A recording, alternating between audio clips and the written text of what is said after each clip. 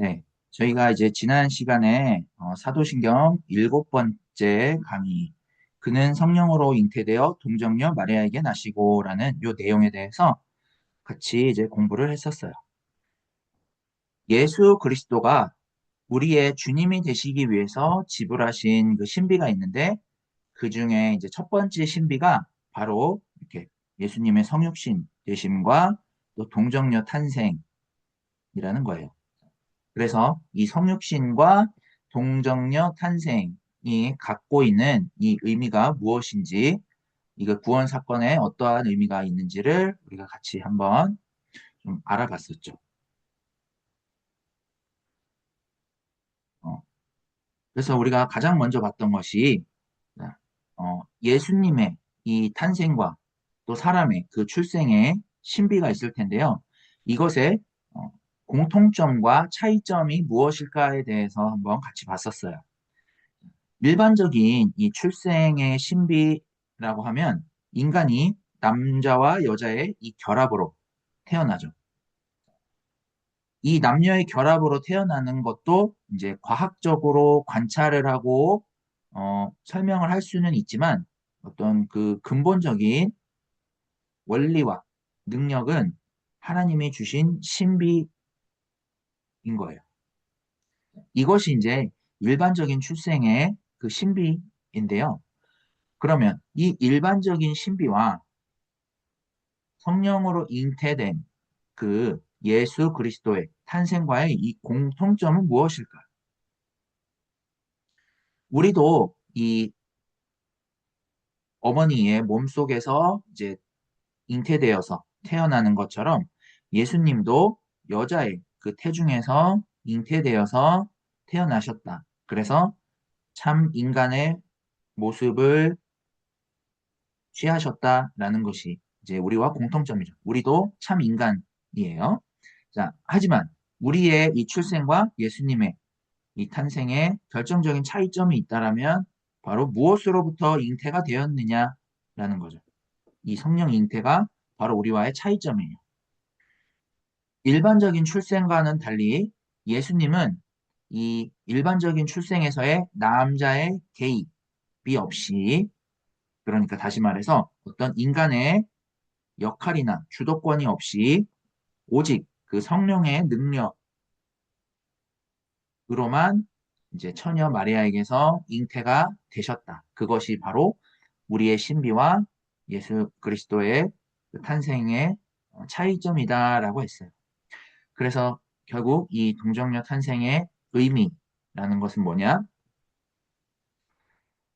구원의 그 시작과 또 태어나는 이 과정 속에서 어떤 인간의 공로나 도움이 없이 전적으로 그 인간의 역할이 배제되면서 이제 하나님이 주도적으로 역사하셨다라는 것을 선포하는 사건이 바로 이 동정녀 탄생이다라는 것을 우리가 살펴봤어요. 그러면 이제 두 번째, 우리가 이 동정녀 탄생과 이 전체의 예수님의 구원 사건과의 이 관계가 그러면 어떠한 관계가 있느냐라고 했을 때 우리가 요 그림처럼 이 자전거 체인을 갖고 이제 비유를 했었어요. 그러면서 이제 이 자전거 체인만 봐서는 이것이 무엇에 쓰는 물건인지 우리가 용도를 알 수 없는 것처럼 동정녀 탄생 사건만 이렇게 따로 떼어놓고 보면 어떤 단순한 그냥 기적 아니면 그냥 뭐 전설, 그냥 믿거나 말거나 한 이야기들, 이러한 이야기들로 오해하기가 쉬워요. 하지만 이 사도신경에 나타나는 이런 사건들, 지금 우리가 살펴보고 있는 요 잉태와 탄생, 그리고 우리가 보게 될 고난이나 십자가 부활, 뭐 승천 재림과 같은 이런 사건은 어느 한 가지 사건만 특별한 것이 아니라 우리를 구원하시기 위한 그 어떤 단 하나의 동일한 차원에서 일어난 그 신비한 구원 사건이었다. 그 구원 사건의 완성을 향한 것 중에 하나다라는 거였어요. 그 과정 속에 있다. 라는 것이 바로 이 동정녀 탄생의 신비다라고 했었고요. 그렇다면 예수 그리스도가 인간을 구원을 할 때 다른 방법으로 구원을 할 수 있었지만 굳이 모습으로 이- 인간의 모습을 입어서 오신 이유는 무엇이었냐라고 했을 때 인간이 그 스스로는 자신의 죄와 죽음의 운명을 해결을 할 수가 없기 때문에 하나님께서 친히 인간이 되셨고 그 인간이 되셔서 이제 십자가를 지시고 부활을 하심을 통해서 인류의 그 죄 사함을 이루시고 우리의 주님이 되시고자 하시기 위해서 바로 인간의 몸으로 오셨다라는 거였어요.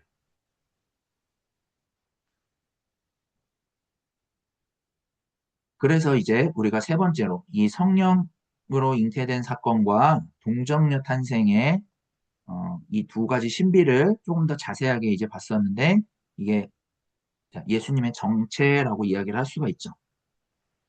예수님의 이 탄생의 두 가지 신비는 첫 번째가 성령으로 잉태된 것이고 두 번째가 동정녀 마리아에게 나신 거였어요.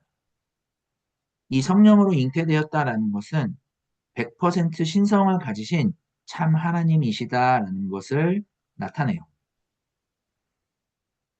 그러니까 이 사건은 뭐냐?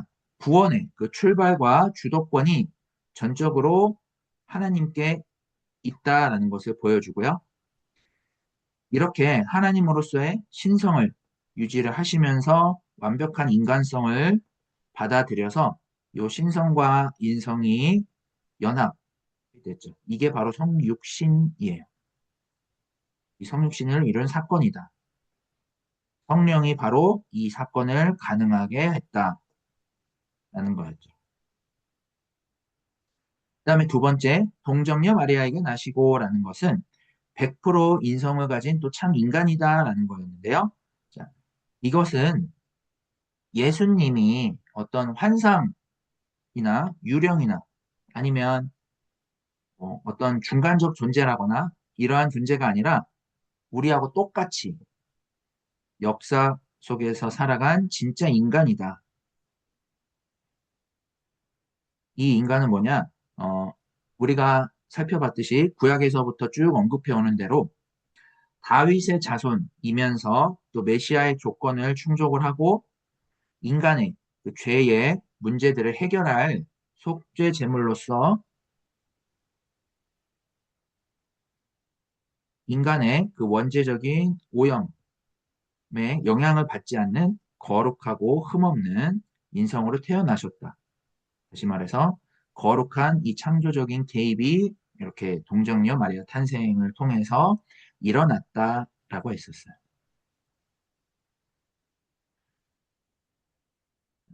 그래서 이 동정녀 탄생에 대해서 이제 이 세 가지의 어떤 신비한 사건들이 있는데요. 그 첫 번째가 바로 은혜의 절대성이라는 거예요. 자, 이것이 뭐냐? 인간의 그 어떤 공로나 도움이 없이 전적으로 그 하나님의 주도적인 사랑과 은혜로만 구원이 시작이 되었다라는 사실, 이것이 이제 구원의 신비, 동정녀 탄생의 신비가 되고요. 자, 두 번째 신비가 바로 예수님이 참된 구원자이시다라는 거예요. 그러니까 하나님의 이 완전한 신성과 인성이 조화를 이루었고 이 조화를 통해서 인간의 개입이 없는 참된 구원자가 되신 사건이다라는 것이 이 동정녀 탄생의 두 번째 신비였고요. 자, 그리고 세 번째가 이제 여기에는 구원사의 통일성이라고 했는데 이게 다른 말로는 새 창조라고 말씀을 드렸죠. 창조주 하나님이 그 무에서 이제 세상을 만드셨던 것이 바로 첫 창조였는데 이 첫 창조를 넘어서 하나님이 창조하신 이 창조 세계 내부로 직접 들어오셔서 이제 이 세상을 전적으로 새롭게 만드시는 그 하나님의 새 창조의 시작점이 되는 사건이 바로 이 동정녀 탄생이다라는 했었어요. 그래서 이제 우리가 결론적으로 예수 그리스도의 이 성령 잉태와 동정녀 탄생의 이 신비는 맹목적인 믿음이나 이론이 아니다. 그리고 죄와 고통 속에 있는 우리들을 구원하시기 위해서 낮고 낮은 그 인간의 몸으로 찾아오신 그 하나님의 위대한 사랑의 고백, 이것의 출발점이 바로 성령의 잉태와 동정녀 탄생이다. 라고 우리가 지난 시간에 이렇게 같이 살펴봤어요. 네, 이제 저희가 오늘은 두 번째 내용을 같이 한번 살펴볼 텐데요. 사도신경은 예수 그리스도가 우리 주님이 되시기 위해 지불하신 사건을 전하는데요. 이제 우리가 그 예수 그리스도가 우리를 생명의 길로 인도하시는 그 주님이 되시기 위해서 지불하셨던 두 번째 내용, 그 내용이 바로 본디오 빌라도에게 고난을 받아라는 거였어요. 자, 요 내용들을 이제 살펴보도록 하겠습니다. 사도신경은 동정녀 탄생 사건 이후에 이제 본디오 빌라도에게 고난을 받아 십자가에 못 박혀 죽으시고라고 고백을 해요. 예수님은 하나님이 인간으로 오신 분이다라는 이 탄생의 신비를 전했죠. 자, 근데 그런 분이 세상에서 고난을 받으셨대요. 그게 바로 이제 예수님이 본디오 빌라도에게 고난을 받아 십자가에 못 박혀 죽으셨다라는 거예요. 자, 이런 창조주 하나님이 인간의 몸으로 피조물인 그 세상에 오셔서 하나님의 구원을 이제 전하셨죠. 여기 요 말씀을 먼저 한번 잠깐 볼 텐데요. 요한복음 1장 11절에 자, 표준 세번역으로 된 요 번역을 보시면 그가 자기 땅에 오셨으나 그의 백성이 그를 맞아들이지 않았다라고 전해요. 창조주 하나님이 인간의 몸으로 피조물들에게 오셨는데 이 세상에 오셔서 하나님이 인간들에게 환영을 받기는커녕 오히려 인간들에게 격렬한 저항에 부딪히게 됐어요. 그래서 예수님은 거절과 배척을 받았고 피조물인 세상은 그들의 창조주이신 그 하나님에게 등을 돌리고 외면을 했어요. 전능하신 아버지 하나님이 그 자신이 창조하신 세상에 오셨지만 세상은 그분을 배척하고 제거하기 위해서 결국에는 십자가에 매달기까지 했어요. 이런 예수님의 이 생애와 사역에 대해서 복음서는 자세하게 이제 전해주고 있죠. 그런데 사도신경은 이제 이런 예수님의 생애와 사역을 자세히 전하지 않고 그냥 예수님이 고난을 받으셨다라고만 전해요. 이건 왜 그러냐면 사도신경이 예수님의 전체의 이 삶을 고난이라는 요 단어 하나로 전하고 있기 때문에 그래요. 즉, 이 세상을 구원하기 위해서 하나님이 인간으로 오신 그 예수님이 그의 탄생에서부터 죽음에 이르기까지 전 생애가 바로 고난을 받으셨다라고 이제 지금처럼 전해주는 거예요. 이 우리가 잘 알고 있는 복음서 중에 마태복음과 누가복음은 말구유에서 탄생하신 이 예수님의 탄생과 또 유년 시절의 그런 헤롯의 박해와 또 고난에 대해서 전하고요. 예수님이 일생 동안 계속해서 이제 고난을 받고 있는 내용들이 쭉 그려져요. 그러면서 이제 부모로부터도 어떤 이상한 취급을 받고요. 제자들한테도 배신을 당하시고 버림을 받아요. 또 예수를 따르던 그 무리들이 십자가에 못 박으라고 배척하고 외치는 그런 소리를 듣게 됐죠. 결국에 예수님은 정죄를 당하시고 채찍에 맞고 십자가에 못 박혀 죽으셨어요. 세상을 구원하기 위해서 인간으로 오신 그 하나님이 세상으로부터 철저하게 배척을 받으시고 고난을 받으셨어요. 이렇게 예수님의 삶은 철저한 고난의 연속이었어요. 그러면 예수님이 이렇게 고난을 받았다라고 한 단어로 사도신경이 전해주고 있는데 예수님이 고난 받으신 사건은 과연 무엇을 의미를 할까요?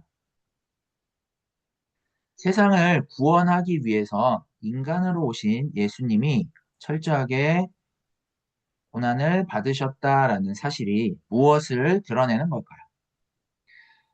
예수님은 자신이 받으시는 고난이 어떤 것인지를 이제 포도원 농부의 비유를 통해서 말씀하신 적이 있어요.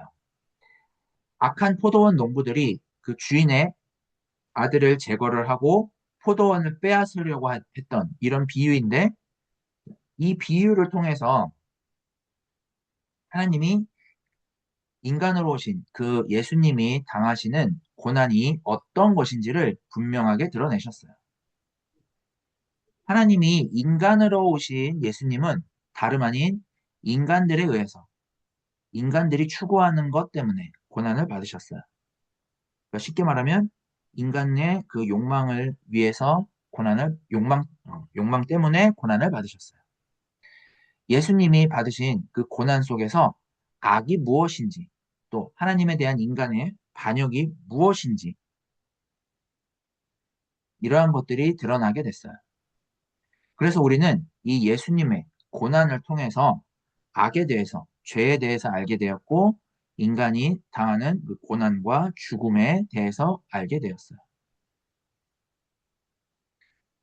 그러니까 인간의 그 악과 반역이 이 예수 그리스도의 고난 사건을 통해서 폭로가 되었고요. 이것을 통해서 이제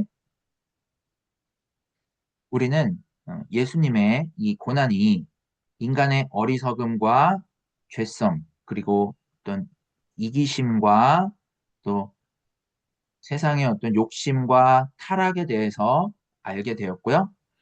거기에서 또 어떤 세속적인 어, 권력과 세속적 욕망을 유지하기 위한 어떤 뭐 결탁들, 이런 것들도 드러나고요. 그 결과로 인간과 세상이 겪고 있는 그런 허무와 고통과 비참한 운명에 대해서 우리가 더욱더 분명하게 알게 되었어요. 예수님의 이 고난 속에서 인간은 철저하게 그 하나님을 배척하고 제거하려는 죄인이라는 사실을 알게 됐어요. 그 결과로 이제 비참한 죽음을 맞이해야 한다라는 걸 알게 된 거죠. 그로 인해서 우리는 도저히 이제 하나님을 알아볼 수 없고 오히려 하나님과 대적을 함으로써 그 죽음에서 건지시는 하나님의 구원을 철저하게 외면하고 있다는 사실. 우리 인간은 절망적인 죄인일 수밖에 없다라는 사실을 이제 이 예수님의 고난을 통해서 우리가 알게 된 거예요. 이렇게 이제 하나님과 대적하고 거절하는 죄인들에게 필요한 것이 무엇이었냐? 예수 그리스도의 그 십자가를 통한 용서가 필요했어요. 그런데 이제 예수님 당시에는 구약 시대에서부터 그 레위기 제사 법전에 의해서 전통적으로 이루어져 왔던 그 죄 사함을 위한 제사를 이제 드렸죠. 어, 그들이 이제 그 제사 때마다 자신의 죄 사함을 위해서 어린 양을 잡아서 이제 제물로 드리면서 그 어린 양이 우리의 죄를 대신해서 죽었다라는 것을 고백을 했고요. 그리고 이제 그 어린 양을 제물로 드리면서 회개를 할 때 하나님이 그 믿음을 보시고 죄를 용서한다라고 생각을 했어요. 하지만 이 구약의 제사는 불완전한 제사였죠. 왜냐하면 한 인간에게서요, 한 가지 죄만 용서를 받을 수 있었어요. 그랬기 때문에 인간이 한 가지 죄만 있는 것이 아니기 때문에 제사가 계속해서 끊임없이 반복이 될 수밖에 없었어요. 그래서 예수님은 이 모든 것을 이제 완벽하게 끝내시기 위해서 하나님이 친히 준비하신 아들 예수를 하나님의 그 어린 양으로 삼아서 모든 인류의 죄를 단번에 그리고 완전하게 속죄를 하기 위한 제사를 드리고자 했던 거예요. 이게 바로 하나님이 세상에 오신 이유였고 이것이 바로 예수님이 제물 되신 그 십자가 사건이었어요. 이 십자가 사건으로 이렇게 쭉 이어지는 이런 과정에서 당시에 이제 유대의 주재 중이었었고 로마의 총독이었던 본디오 빌라도에게 이제 고난을 받으셨다라는 사실이 언급이 되죠. 이것이 이렇게 언급이 된 이유는 하나님의 구원 역사는 보이지 않는 은밀한 곳에서 이루어진 일이 아니고 인류 역사의 이 한가운데에서 분명한 시간과 공간이 있고 그 속에서 하나님의 구원 역사가 이루어졌다라는 사실을 나타내기 위해서였다라는 그 사실을 드러내기 위해서 이렇게 본디오 빌라도의 사건이 중간에 들어가 있어요. 자, 요 사실은 조금 이따가 다시 한번 살펴보고 그러면 이 우리가 성서에서 예수님의 고난을 설명하는 여러 가지 본문들이 있지만 그 중에서 가장 대표적인 이 두 가지 본문을 좀 한번 소개를 해볼게요. 자, 첫 번째가 마가복음 10장 45절에 인자에 온 것은 섬김을 받으려 함이 아니라 도리어 섬기려 하고 자기 목숨을 많은 사람의 대속물로 주려 함이라.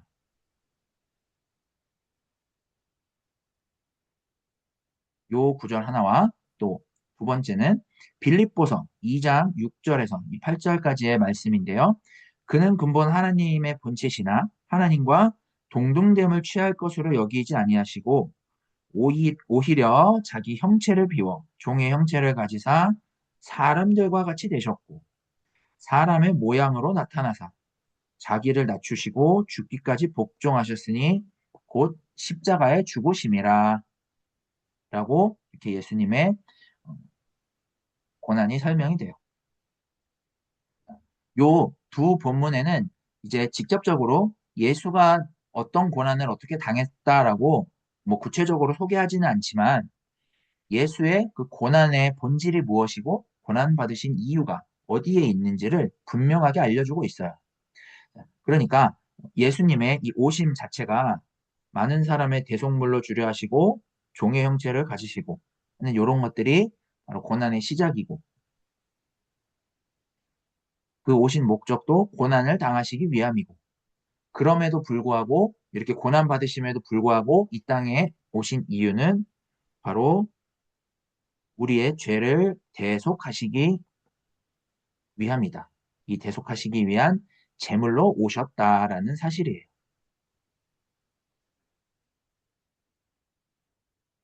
이렇게 이제 사도신경은 예수님의 이 고난을 세 가지의 이제 구체적인 사건을 통해서 우리에게 그 고난의 의미를 더 분명하게 알려줘요. 자, 그 세 가지가 이제 우리가 너무나 잘 알고 있는 요 구절이죠. 본디오 빌라도에게 고난을 받아 십자가에 못 박혀 죽으시고 이렇게 세 가지로 전해요. 여기에서 이제 예수님의 고난은 이 본디오 빌라도라는 어떤 인물에 의해서 십자가에 못 박히는 사건을 통해서 비참하게 죽으셨다라는 이 사실이 바로 이 예수님의 이 고난 사건이에요. 자, 근데 이 예수님의 고난의 가장 중요한 뜻이 뭐냐? 바로 하나님의 뜻에 따른 고난이다라는 점이에요. 하나님의 뜻을 그 자신의 뜻으로 삼으심으로써 고난을 당하셨던 것처럼 예수님은 자신이 당하는 고난이 피할 수 없는 고난이다라는 것을 아셨고 이 예수님의 고난의 이유는 바로 우리를 위해서 우리를 대신하여 받으셨던 우리의 죄값을 대신하여 받으셨던 우리를 위한 고난이었어요. 자, 이런 예수의 고난이 갖고 있는 그 의의가 무엇이냐? 바로 우리에게 위로를 준다라는 사실이에요.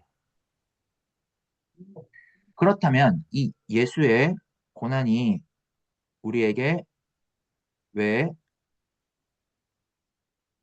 위로가 될까요?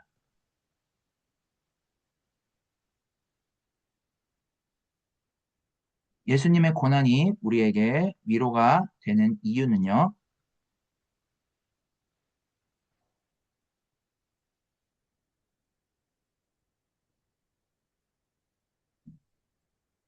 예수님의 고난이 우리에게 위로가 되는 이유를 같이 한번 이제 볼 건데요. 자, 그리고 여기 지금 글자가 약간 좀 겹쳤는데, 그가 시험을 받아 고난을 당하셨은즉 시험 받는 자들을 능히 도우실 수 있느니라. 히브리서 2장 18절에 이렇게 전하고 있어요. 자, 요 말씀처럼 예수님의 이 고난과 십자가의 죽으심은 궁극적으로 자기 아들을 아끼지 아니하시고 우리를 위해 내어주신 그 하나님 아버지의 사랑과 거기에 순종하신 그 예수님의 사랑으로부터 기인한 은혜를 뜻하는 복음의 진수예요. 즉 그걸 바로 어, 임마누엘이라고 할 수가 있겠죠. 즉 예수님의 고난을 통해서 하나님은 인간의 고난을 이 멀리서만 보고 계신 분이 아니라 인간의 이 고난의 현장에 함께 계시는 분이시고 그 가운데에서 이제 위로를 베푸시는 분이다라는 거예요. 우리가 고통을 당할 때 우리를 도우실 수 있는 하나님은 어떤 정죄의 그 심판을 내리기 위해 십자가에서 죽임을 당하신 그게 아니라 예수께서 당하셨던 이 고난은 바로 우리와 함께 고통당하고 또 절망 가운데에 있는 수많은 인류에게 용기를 북돋아 줄 수 있는 가장 힘 있는 위로가 되고 사랑의 어, 증거가 된다. 이것이 바로 이 예수 그리스도가 고난받으신 사건이 우리에게 주는 의의가 된다라고 할 수가 있어요. 그러면 이제 이렇게 사도신경은 세상을 구원하기 위해 하나님이 인간으로 오셨는데 그 예수님이 이제 탄생에서부터 죽음에 이르기까지의 전 생애를 한 단어로 전하는 것이 바로 고난이다라고 했었고 그 고난이 우리를 위한 것이다라고 했어요. 자, 그리고 이 사도신경은 예수님의 고난을 세 가지 구체적인 사건을 통해서 우리에게 이 고난의 의미를 더욱더 분명하게 알려준다라고 봤어요. 그 세 가지 사건을 우리가 조금 전에 본디오 빌라도에게 고난을 받아 십자가에 못 박혀 죽으시고라고 이렇게 봤어요. 자, 여기에서 본디오 빌라도에게 고난을 받아라는 요 말을 한번 볼 텐데요.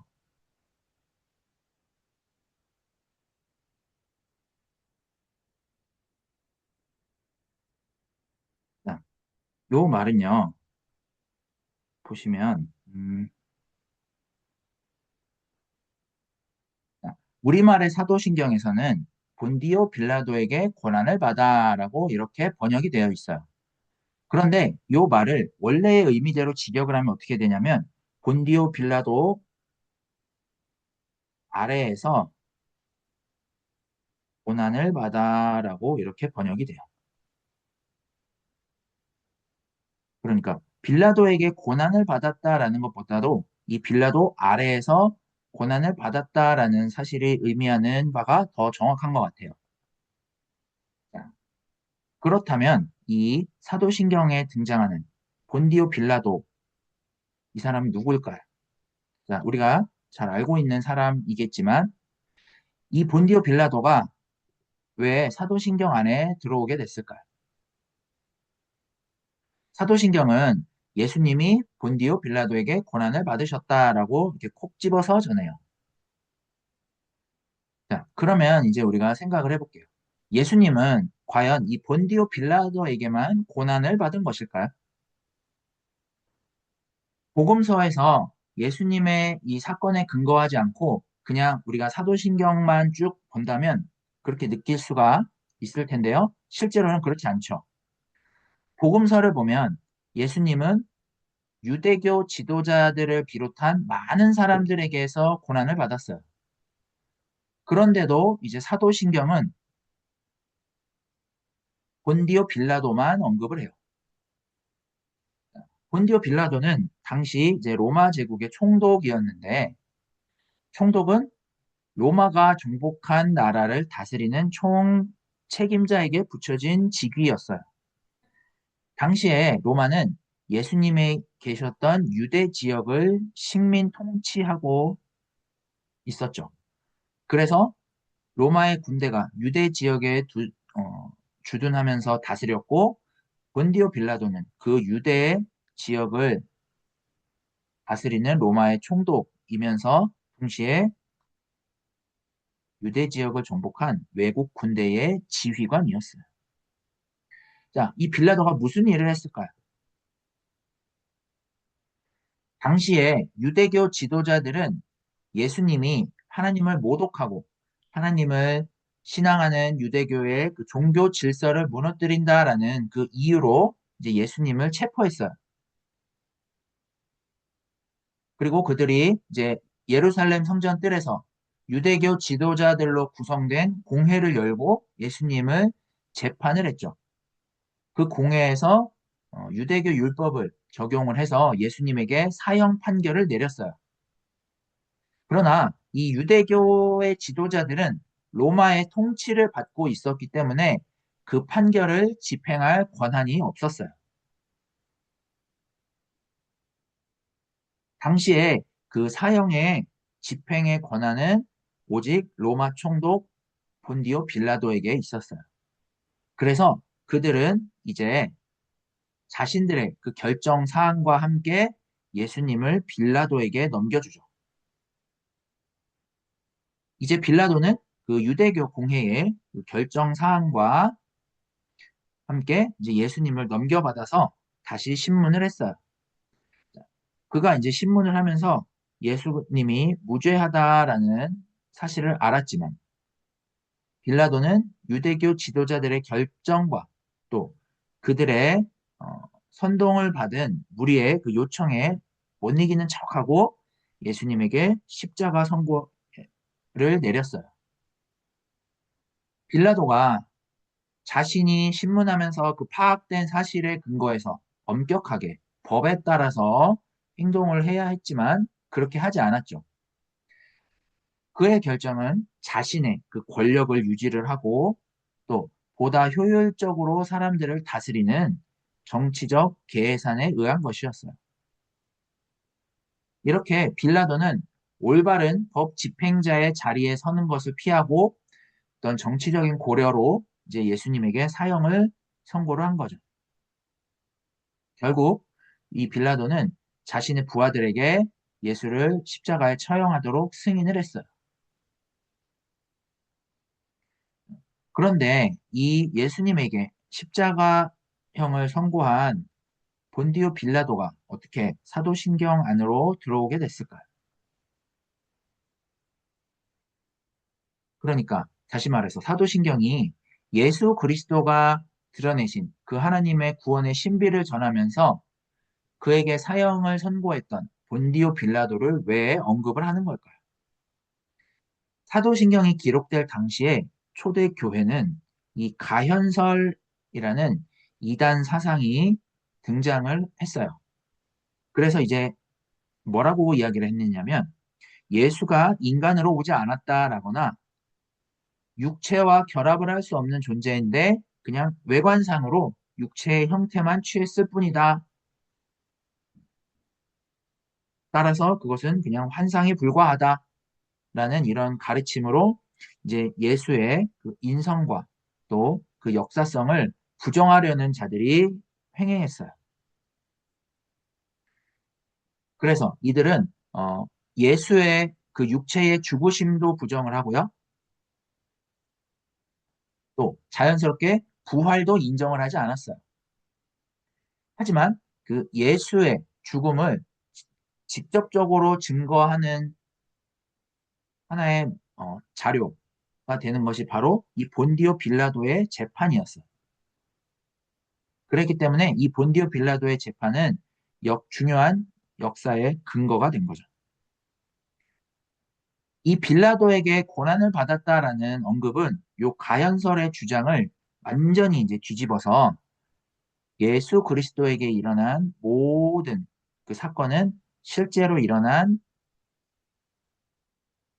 역사적인 사실이다라는 것을 일깨워 주기 위해서 지금 사도신경에 이렇게 언급을 한 거예요.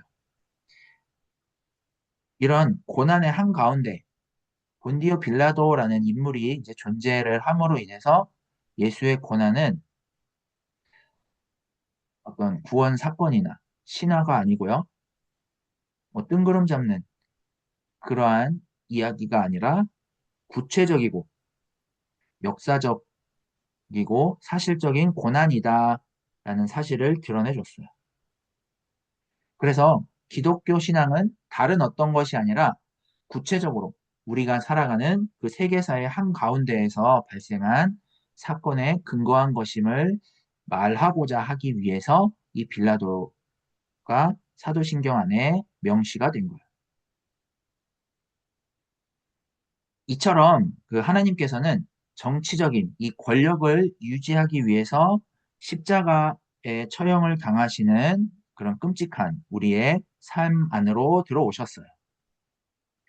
즉, 하나님이 인간으로 오셨다라는 이 말씀은 우리와 같은 인간으로 끔찍한 이 세상 안으로 들어오셨다라는 걸 뜻해요. 이 세상에는 빌라도와 같은 인간도 있고 평범한 인간도 있어요. 하지만 인간은 언제나 빌라도와 같이 그 자신의 유익을 위해서는 무슨 짓이든 할 수 있는 그런 인간으로 살아가요. 하지만 하나님이 인간 세상에 오셔서 본디오 빌라도와 같이 그 자신의 유익을 위해서 폭력을 행사하는 우리 인간에 의해서 고난을 당하셨지만 끝내 우리를 거기로부터 구원하신다라는 사실을 지금 말하고자 이렇게 본디오 빌라도에게 고난받으신 사건을 사도신경에서 말하고 있는 거예요. 세상을 구원하러 오신 예수님이 이렇게 본디오 빌라도에게 고난을 받으셨다라는 이 사건은 우리가 살아가고 있는 이 세상의 현실을 너무나도 구체적으로 보여주는 사건이죠. 세상은 본디오 빌라도와 같이 자신을 구원하러 인간으로 오신 그 하나님을 거절을 하고 폭력을 행사했어요. 그러니까 이 본디오 빌라도는 실제로는 권력자이면서 정치인이었고 생사여탈권을 갖고 있었지만 그런 권세자였지만 자신의 유익을 추구하면서 살아가는 그런 모든 인간을 대표한다라고 할 수 있어요. 그러니까 자신의 유익을 위해서 하나님을 배척하고 거절하는 세속적인 그러한 인간의 모습을 대표한다라고 볼 수가 있어요. 자, 그뿐만 아니라 지금처럼 이 국가의 형태로 발전해온 세계사를 대표하기도 해요. 우리가 이 국가라는 제도 안에서 뭐 교육, 문화, 예술, 뭐 과학 여러 이 분야에서 자신의 유익을 추구하면서 살아가는 그러한 삶을 대표하는 게 바로 본디오 빌라도라고 할 수가 있어요.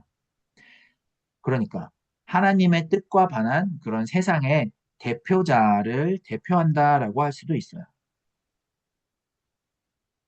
또 빌라도는 어떤 옛 세상과 세속적 권세의 그 집행자로서 이제 예수는 세상과 새로운 세상과 영원한 나라의 왕으로 오신 요 어, 대조를 이제 드러내기도 해요. 그래서 이제 이 본디오 빌라도와 예수 그리스도가 고난 받으시는 이 사건이 옛 사상과 새로운 세상의 이 충돌이 일어나는 걸 보여주기도 해요. 예수님은 이제 본디오 빌라도가 대표하는 그런 세상에 오셔서 하나님의 구원을 전하셨고 하나님 나라를 전하셨지만 고난을 받으셨어요.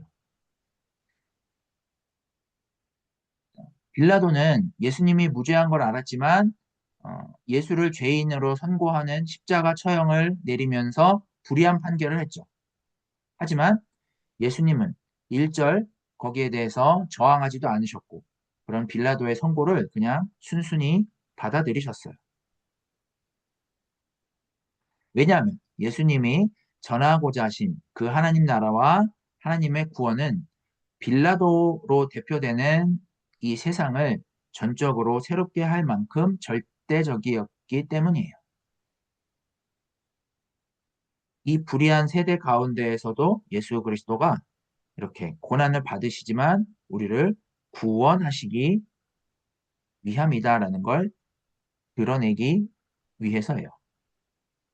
그래서 예수님은 하나님 나라를 거절하고 자신을 죽이는 그 불의한 인간이 당해야 할 죽음을 대신 당하심으로써 불의한 인간이 자신의 그 비참한 죽음을 알아보고 거기에서 이제 벗어나게 할 하나님 나라를 알아보게 하셨어요. 그래서 예수님은 하나님 나라를 거절하고 자신을 죽이려고 하는 이런 본디오 빌라도와 같은 모습으로 있는 세상으로부터 그 고난 받으셨고 거기에서 이제 우리가 보게 되는 이 고난은 어떤 넓은 의미로는 십자가를 포함을 하면서 이 고난의 절정으로서 십자가가 모든 고난을 함축을 시켜줘요. 그 가운데 이 십자가 사건은 이 예수 그리스도의 역사성을 강조하기 위해서 지금 본디오 빌라도라는 요 이름과 연결이 되어서 이제 사도신경 안으로 포함이 되었던 거예요. 그 결과로 이제 우리는 본디오 빌라도에게서 고난받으신 예수님에게서 우리의 불의함을 깨닫고 또 거기에서 구원하시는 그 하나님 나라에 참여할 수 있게 되었다라는 것. 자, 이렇게 사도신경에서 고백하는 내용들은 우리가 실제로 살아가는 이 세상에서 구체적으로 일어난 사건에 근거한 거예요. 사도신경은 예수님에게 십자가 선고를 내린 그 본디오 빌라도를 언급하는 것으로 사도신경이 전하는 그 기독교 신앙의 본질을 분명하게 하려고 해요. 기독교 신앙은 일종의 어떤 철학이나 뭐 인생과 세상을 바라보는 어떤 세계관 여기에서 끝나는 것이 아니라 또 잘 다듬어진 어떤 뭐 교리나 어, 이러한 것들이 아니라요. 그냥 분명한 역사적 사실이라는 것을 일깨워 주려고 해요. 그래서 우리가 이 사도신경의 고백이 이 역사 안에 일어났고 일어나고 있고 앞으로도 일어나게 될 그 구체적인 하나님의 구원 사건임을 알고 우리가 거기에 참여하고 경험하도록 하려는 거예요.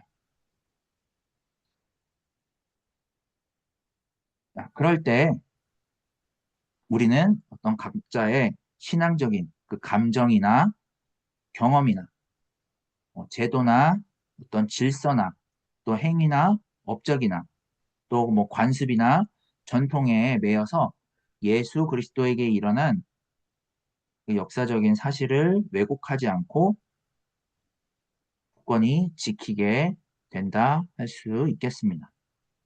따라서 우리의 신앙은 뜬구름 잡거나 어떤 신화적인 이야기가 아닌 분명한 역사적 사실 안에 있고 예수님의 그 고난과 십자가 사건은